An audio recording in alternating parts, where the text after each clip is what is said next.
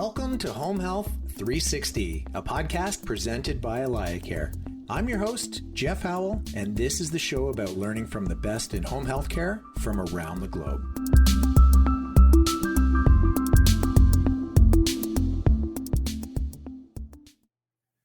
Hi, folks, and welcome to the Home Health 360 podcast, where we speak with leaders in home health and home care from across the globe. Today, I'm joined by two guests. We have Angie Kunnath, owner and COO of Home Care Assistance in the Greater Toronto Area for the past 6.5 years, covering the Western GTA of Waterloo and then expanding into the Toronto West suburbs of Mississauga and Oakville about 3.5 years ago. Angie has also spent a number of years as a news anchor for the Channel 4 radio network in Dubai, where she edited, presented, and produced world news bulletins, which makes me feel a little insecure about my role on today's episode. Angie, welcome to the show. Thank you so much, Jeff, for having us. And we have Matt Vijayan, and he's a man who speaks 6 languages, and for the past 7 years has worked with Angie in the Waterloo and Oakville markets at Home Care Assistance, serving as the board director and currently as president and CEO. He has spent the better part of 20 years working for household names in the pharmaceutical business like Novartis and Eli Lilly, mostly in animal health divisions. Matt, thanks for coming on today. Thank you, Jeff. So it's not often that we, 3 people on a podcast, all share the same geography. So it's nice to have some folks that are close by. Angie, we'll start with you today. You were in Dubai and not in home care. I'm really curious. This is the podcast where we bring on some global views of home care and home health. Bring us up to speed on why you came to Canada and how you got into home care, and add some color on what home care and home health might look like in Dubai. Absolutely. Thank you so much for having us again, Jeff. So for me in particular, I think the journey getting into home care was somewhat a natural attraction. Like many individuals, people move countries and continents for either work or for love. I was lucky enough to pursue both. I moved to Canada to build a life together with Matt and, further my career opportunities. Both of us had cozy corporate jobs that help us grow in our own careers. And getting into home care wasn't a decision we made lightly. Matt and I, we were at that junction in our life where we wanted to do something together and start something on our own, but tie it with providing support to seniors. And that's something that we've always done culturally speaking, as well as something from our personal experiences. I cared for my grandmother when she suffered a stroke and was bedbound. It just seemed like a natural attraction for us to embark on this journey together.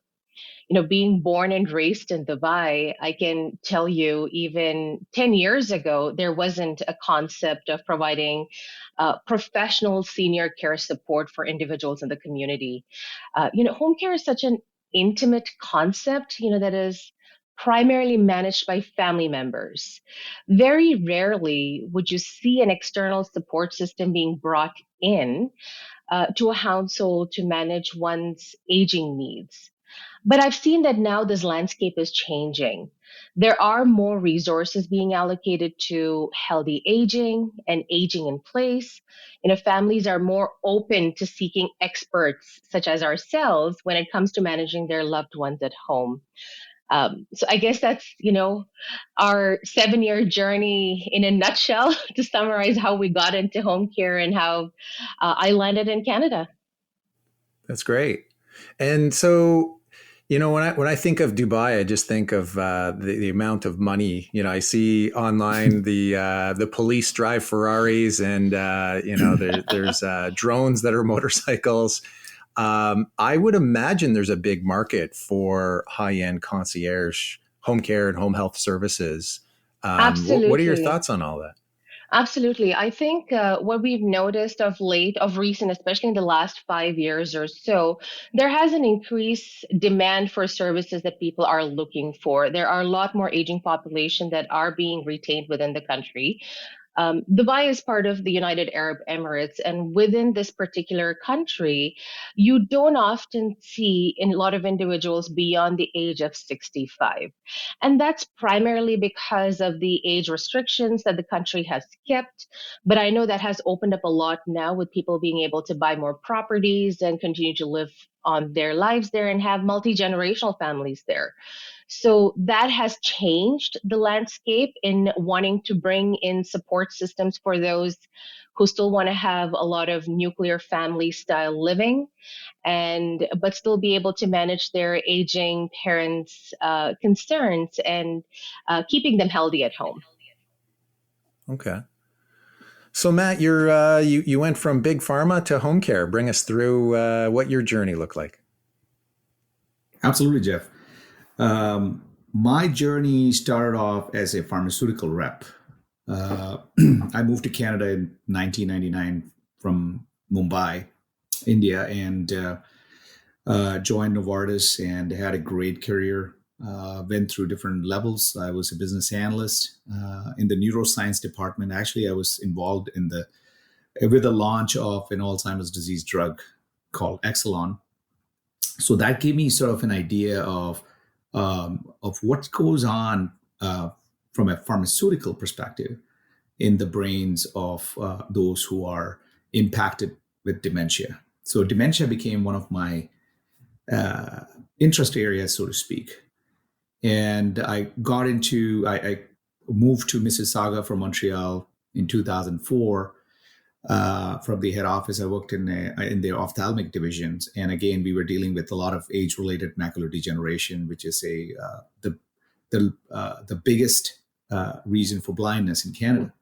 So we were involved with seniors in different forms with different degenerative conditions.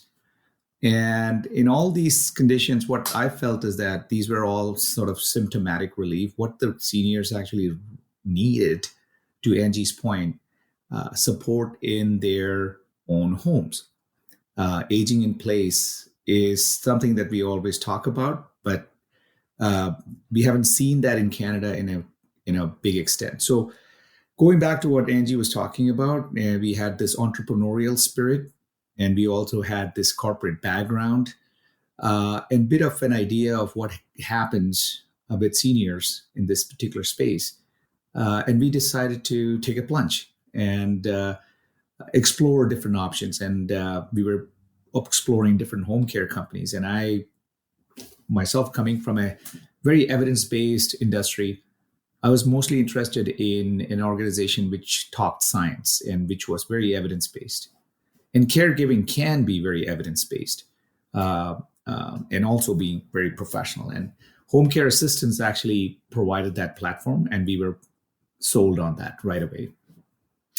So that's kind of like in a brief idea of where I started and how we ended up with home care assistant for the last 7 years.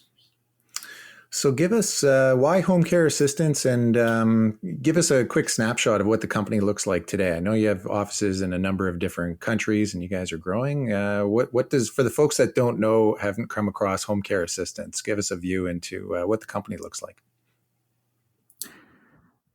Angie, you want to start, or do you? Sure. Is that a question for me? Yeah, go for it. So Home Care Assistants is one of the leading senior home care franchises. It's, multinational. Started out in Palo Alto, California, and we were in this process of looking at, various different home care companies that share a lot of our core philosophies as well. The biggest thing that attracted us to Home Care Assistants was their holistic approach to home care. And I remember going through the discovery process with them where they talked about how we don't just look at individuals as tasks that need to be accomplished, but more so what can we do to dignify the caregiving process. And that was the major selling point for us. Having cared for my own grandmother, I remember, looking at staff that would come in to support her and how many things were be very task oriented. There wouldn't be any connection to who this individual is that care is being rendered to. And there was a disjoint, there was a disconnect. And what can we do as a professional company change that stigma? How can we empower caregiving to be natural and to be normal and not something that is a taboo for many families to even consider? And I think home care assistants really break that, and they were able to, transcend a lot of these concerns that many younger generations were getting into. And that really helped us out. I think ever since being part of home care assistance, the franchise, we've seen this company grow leaps and bounds. When we came on board, I believe we were one of the maybe 40th franchises to be opened, across the world, and now they are 200 locations strong and growing. So I think it Hmm. speaks for itself as to how home care assistance has able to make a change in the senior care space. Is it so? It's Canada, the U.S., and Australia right now. Are you in any other countries? Correct. I think that is where we are currently operational. Okay. And how many would you guys have the franchise rights for the entire GTA West, or how many would be in the Greater Toronto area, and how many in Ontario approximately? I would say to So give there. you, oh, go ahead, Matt. No, go ahead, Angie. Yeah, so we have a very large territory that we support, and so it's anywhere from Mississauga to Waterloo region and all the cities in between, and we also go to Burlington and Hamilton. Okay. So I'm going to ask the big question that everyone wants to talk about these days. March of 2019 comes along. Everything, we're living in a normal world, and then COVID hits. And as we were chatting about before, I hear different stories from agencies on how they were affected, and the stories can have a big range. So bring us through what life was like and how you guys have managed through this global pandemic. Certainly. So, Jeff, it has been a tough ride in a nutshell. Um, we are more of a care management organization. We just happen to have caregivers who are trained on uh, what Angie mentioned, the holistic approach. Um, and we have care managers who are designing a care plan, executing on what needs to be accomplished from a care perspective through the caregivers. So prior to COVID-19, it was all about client acquisition and also basically making sure that we are being heard through different platforms, social media and other things. COVID-19 actually put more pressure on human, talent acquisition challenges. In other words, we were finding it harder to find the right talent who could accomplish those tasks that may or may not be able to, may or may not be able to be accomplished by some of the typical caregivers. But we're also looking for individuals who have the drive, the passion, the compassion, to deliver in terms of restoring the purpose, right? So there was a huge dearth in the employee pool and who would apply for us. And that created a big void.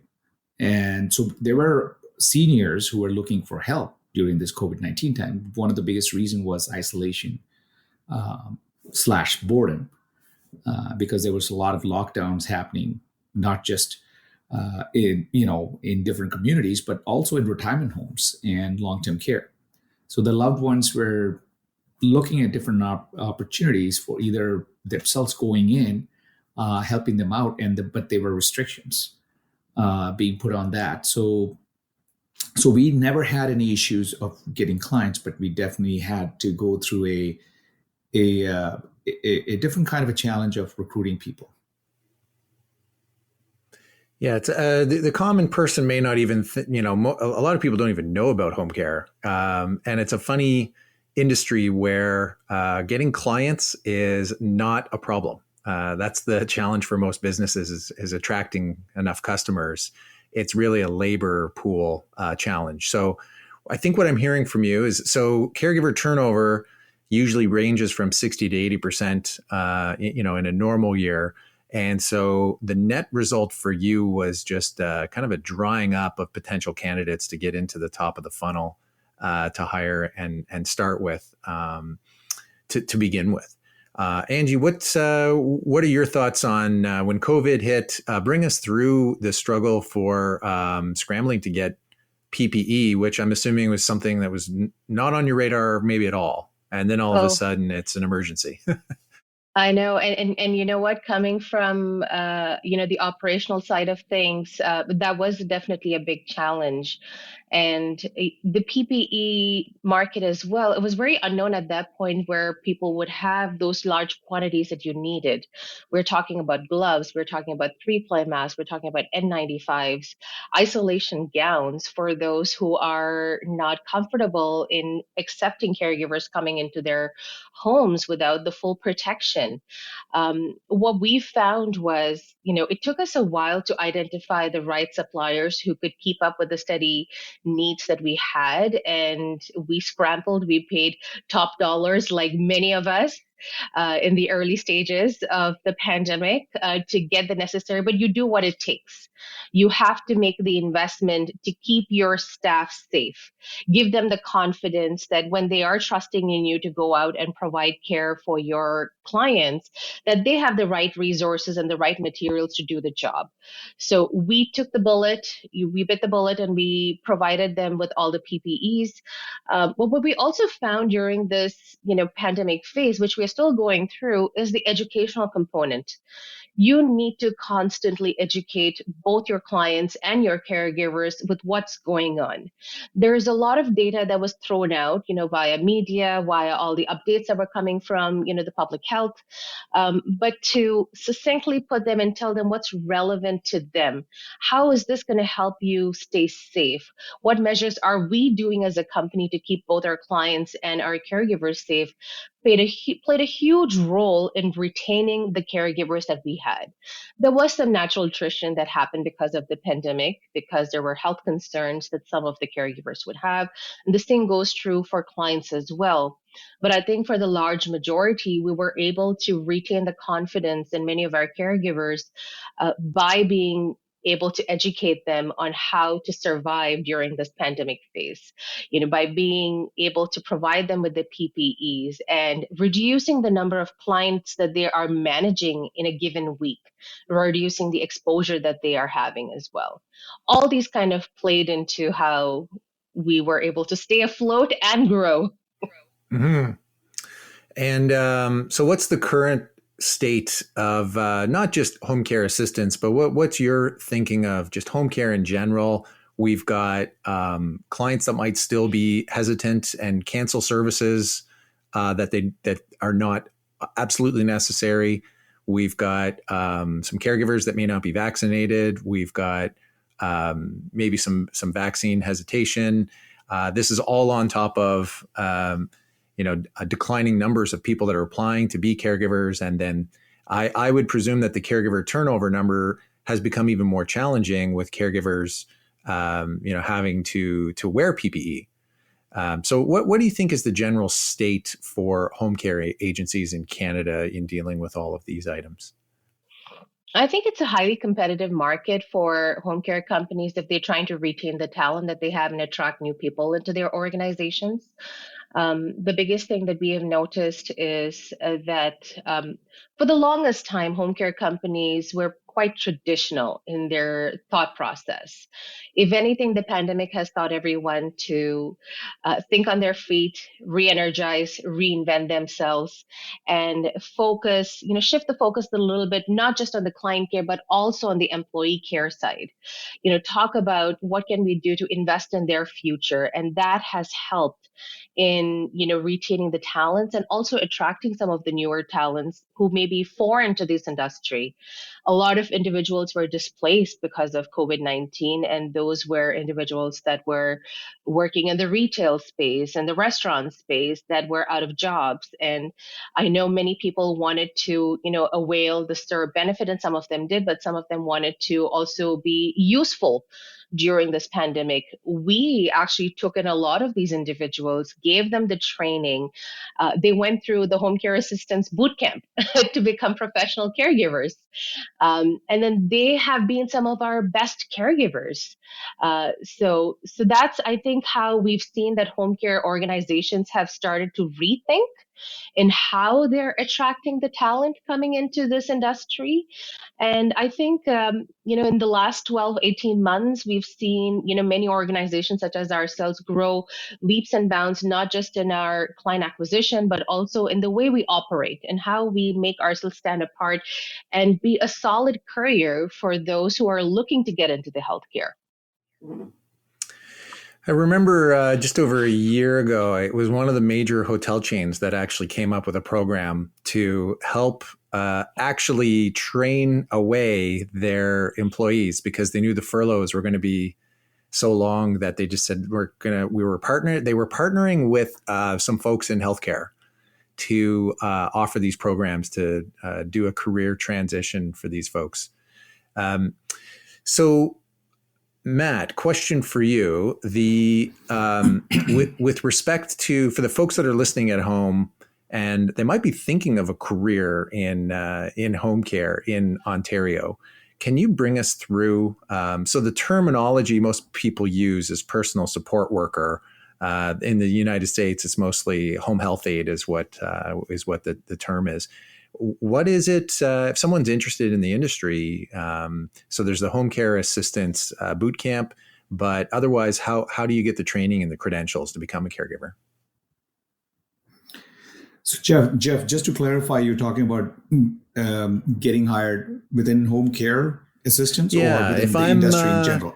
Say I used to work retail. A lot of gyms have shut down. A lot of retail businesses have shut down, and and I'm looking for an industry that has the demand. And if I'm willing to put in the work, I can get the hours that I want, and I'm taking a look at home care.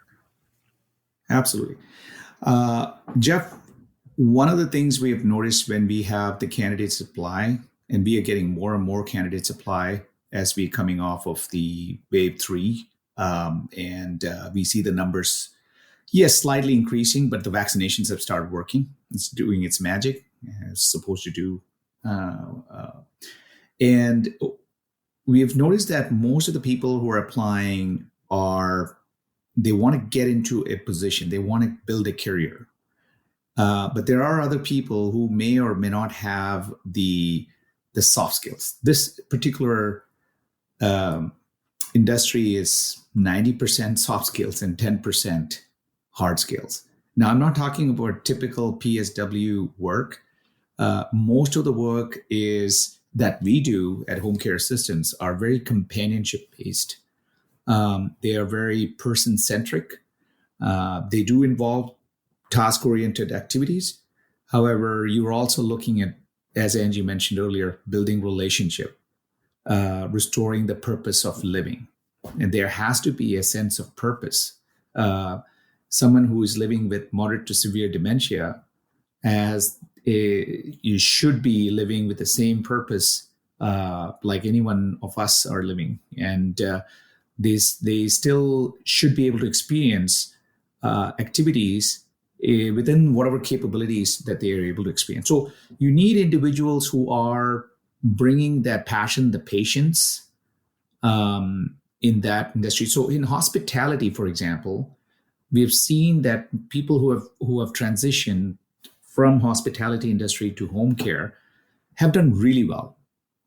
And we've been very impressed with the way, they have such a customer-centric approach. And that's what we want with our clients. That they are ready to serve. You don't want to steal their independence, but you want to enable them and feel the pride that they are still capable of doing things. So first and foremost, I feel that's what's required: the attitude, the customer-centric approach, and I think hospitality industry individuals have done really well. The second is, one of the biggest apprehensions of people trying to jump into this industry is that, do I have the right skill set? I really want to help seniors. Do I have the right skill set? So organizations such as us, we are not very physical intensive organization, because about 90% of our clients have some form of dementia. And where what you need is a good program that enables them to carry out a gentle, persuasive approach, which is also a name of a program that we actually get the caregivers to train on, which provides them the confidence how you distract and redirect when they are getting lost. Because there is an unmet need among these individuals who are living with dementia. And how do you understand that need rather than reacting to them? How do we take a proactive approach? So we train them on that. You just have to bring to the table the right attitude. So that's the apprehension people have. And then to Angie's point, in that boot camp, I won't call it a boot camp. It's actually a couple months process of really evaluating how this individual is doing. Once they have gone through that, then we start cranking up the intensity level. So we do have individuals who are going into long-term care where people are living with personal expressions. That's what we use the terminology as personal expression, and it can be very daunting to some individuals. And we want to make sure that people are trained or go through the boot camp, have experience of managing people with dementia, because they speak a different language, they have a very different mindset, and then we put them into that process. So yes, there is a process to convert a skill, and it's a very highly transferable skill, and convert that into something really meaningful in this home health or healthcare space. And so the hard skill of dealing someone with dementia then is this, the 2-month home care assistance program. Is that all anyone would need? Or I think there's a lot of people that might have this perception that they need some other credentials in the dementia space to even get started. I think a lot of the, yes, credentials do help. I won't say that they don't. But dementia, the condition, is so vast in how they present within individuals. It's hard to say that one approach will work with the same with another individual. So a lot of the experiences, or your capacity to be able to work with those living with dementia, come from life experiences, come from being able to work with multitude different type of clientele.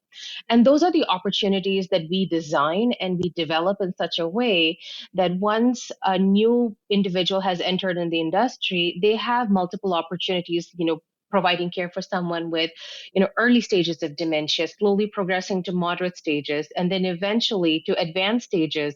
And this is where the caregiver is prepped and primed with so many months of experiences, along with our in-house training and programs, that provides them with the right skill set to provide care for someone with personal expressions that are in high intensity needs, is what we call them. So there is a journey that is being tailored for the individual based on their comfort zone. To Matt's point, when there is someone that's applying to you who does not have a professional caregiving background, we're very honest and we help them guide through the process.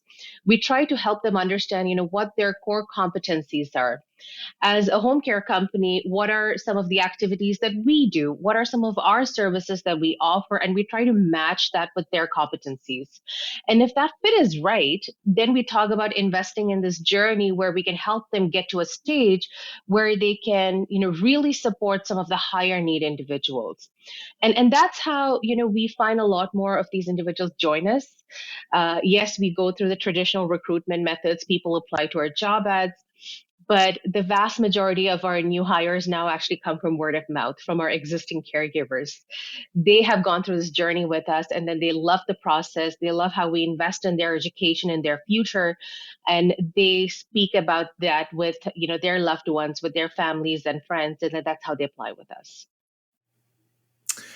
As an agency that does specialize in dementia, I would imagine the biggest obstacle you have is the denial of family members who don't want to believe that, you hate to see a loved one go down that road, and we all make jokes about someone's having a senior's moment.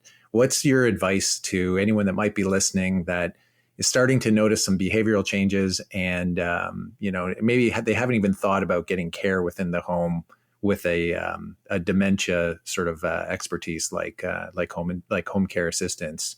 What's your advice for anyone that might be listening that might be thinking about this? I'll let you take this one, Matt.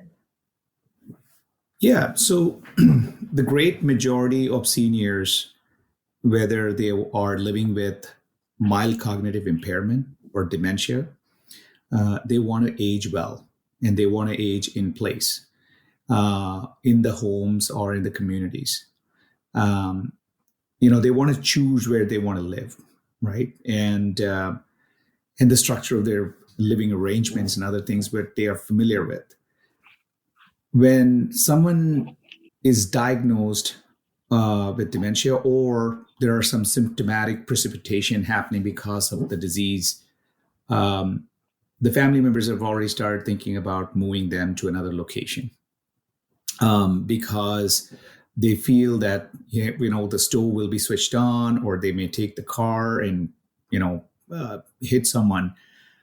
So those are very natural apprehensions which come to family members' minds, and there's help right at their home. And whether they choose to go into a retirement community or in their own homes, we can provide more of a consultative approach to the family members, provide them with different case studies in different scenario.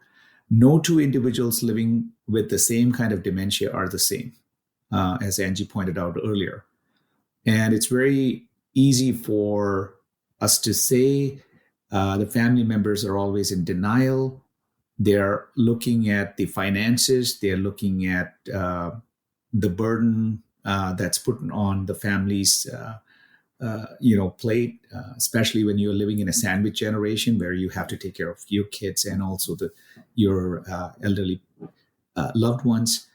And that creates a sort of a conundrum, which creates confusion among the family members. And we have seen a lot of that. There's conflicts that emerges out of that. So as part of a care management organization, which I mentioned to you earlier, we try to mediate that process in the way that we provide education. Education, not just from a home care perspective, but also we have partnered with other trusted advisors who can help through this process. There may be certain things which is beyond our expertise, and we try to bring them on board, whether it's wealth managers or estate planners or estate lawyers, or even geriatric care managers who are brought in to provide the families with a specific solution. And we obviously do the quarterbacking, making sure that everything is coordinated with due permission from the family members, so that you're not hearing it just from a home care organization such as us, but you're hearing from sort of a 360-degree view of other trusted advisors. So it allows the family members to make some informed decisions. And that's what's important during this critical time of their lives. And this is something what people are not prepared, and nobody talks about that you may have such situation. But we all have to be prepared. We all have to be educated. And that's what we try to accomplish, more than just being a home care agency. Right. And I think I would say more than half of adults actually don't even know that home care is a thing, because people think of hospitals and doctors as the health system. I was surprised to even hear you say wealth management, because I would not have put case management as more, care management as encompassing as financial advisors. Is that the norm, or is that just something that you guys offer with these other people that will play a role in the overall view of someone's life?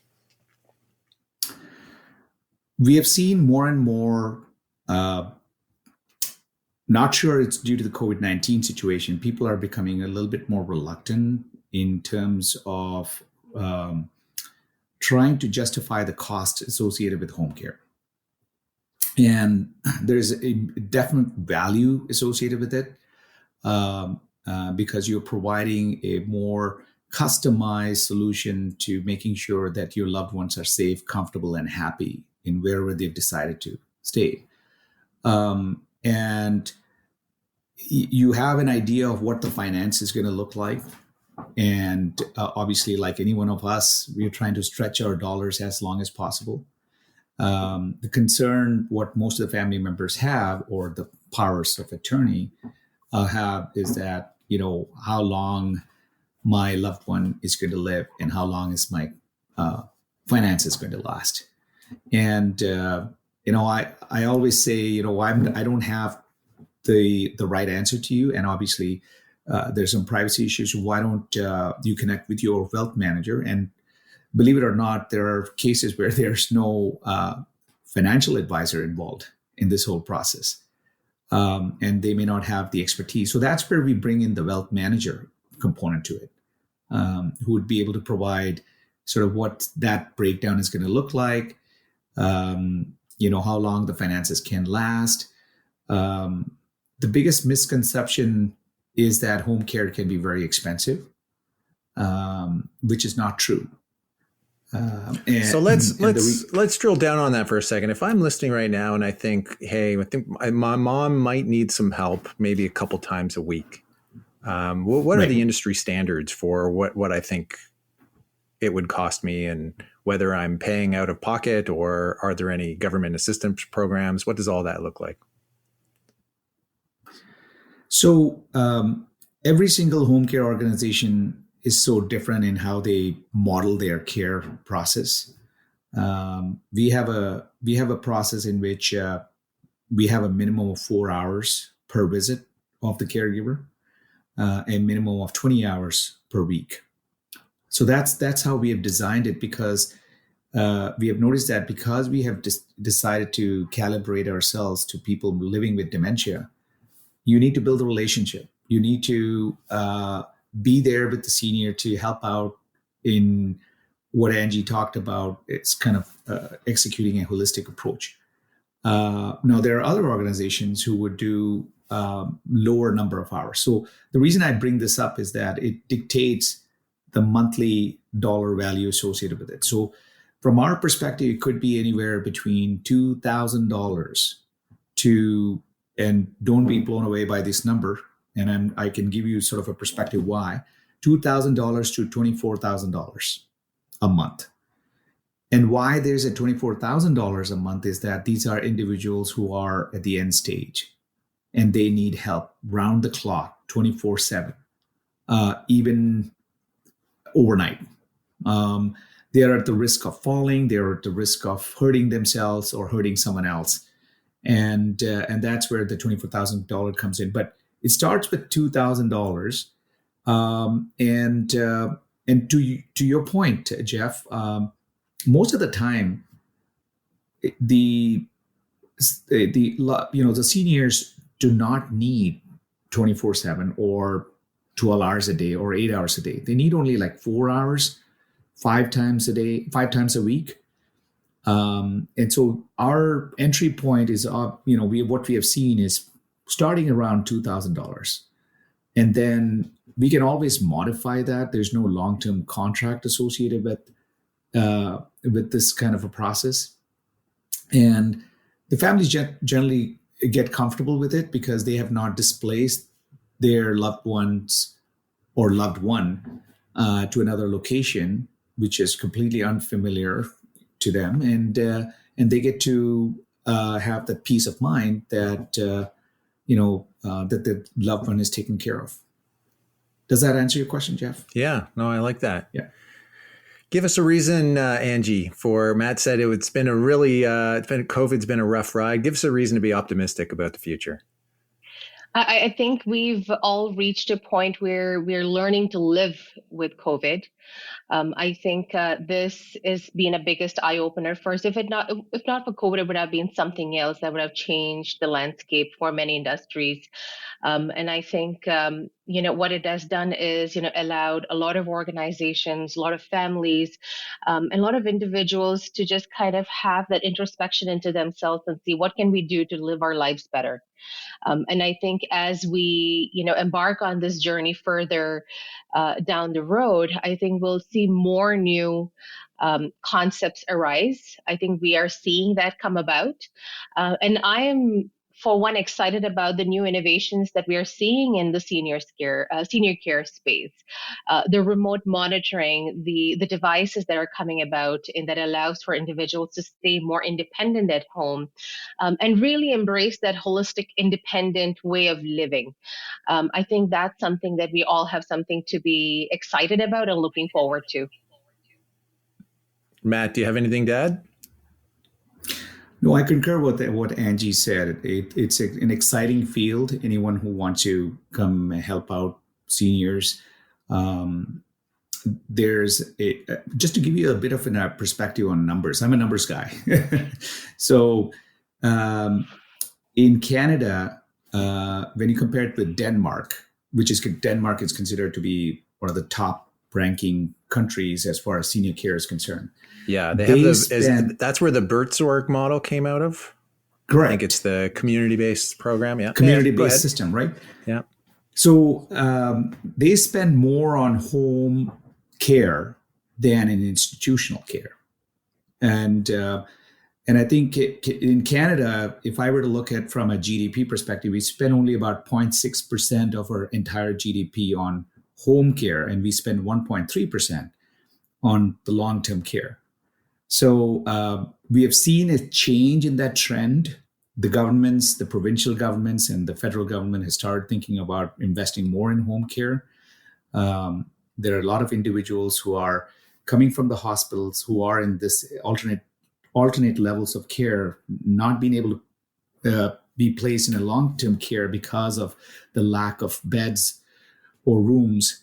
So definitely the governments have to spend money on the home care. So there has been a revival. There has been a more focus on home care, not just from a private home care perspective, but also from a publicly funded home care. This is only going to go up in terms of demand as more and more seniors come in. And they say that in the next 22 years, 4.2 million seniors will be entering into the system, and 82% of them would be over the age of 75 years. These are big numbers. These are numbers which are scary because we're not growing as far as the long-term care beds are concerned or retirement homes are concerned at the same rate. So the only solution we can see in front of us is providing care at their homes in a more affordable and a value-based format.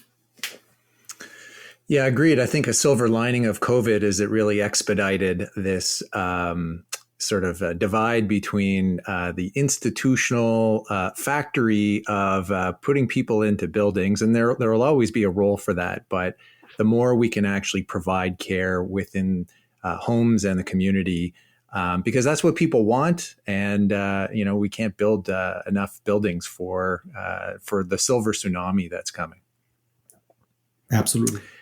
Well, folks, I've learned a lot today, and I've really enjoyed getting to know you both. I'll get you out of here on this. If I'm listening to this and I say, this makes a lot of sense, I'm in the Greater Toronto area, and I might have a parent that has dementia, how can I get in touch? So yeah, feel free to reach us out on our website or give us a call.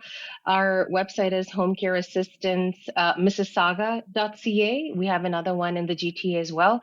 That's homecareassistanceoakville.ca. And reach out to speak to one of our care managers. You might catch myself or Matt on one of those calls. And the number to call would be 905-337-1200. Well, super. Thank you again. Sorry, Jeff, go ahead, Matt.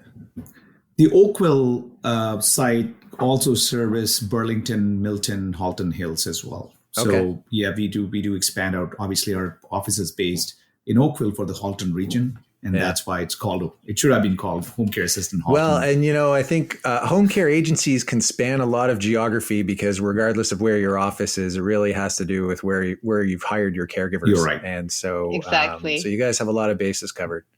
Well, super. Thank you again for both taking the time to join me today, and keep up the great work. And maybe one day we'll run into each other at a home care conference when life is somewhat back to normal. Looking forward to it. Thank you so much for having us today, Jeff. Okay. Thank you, care, Jeff. guys. Bye-bye.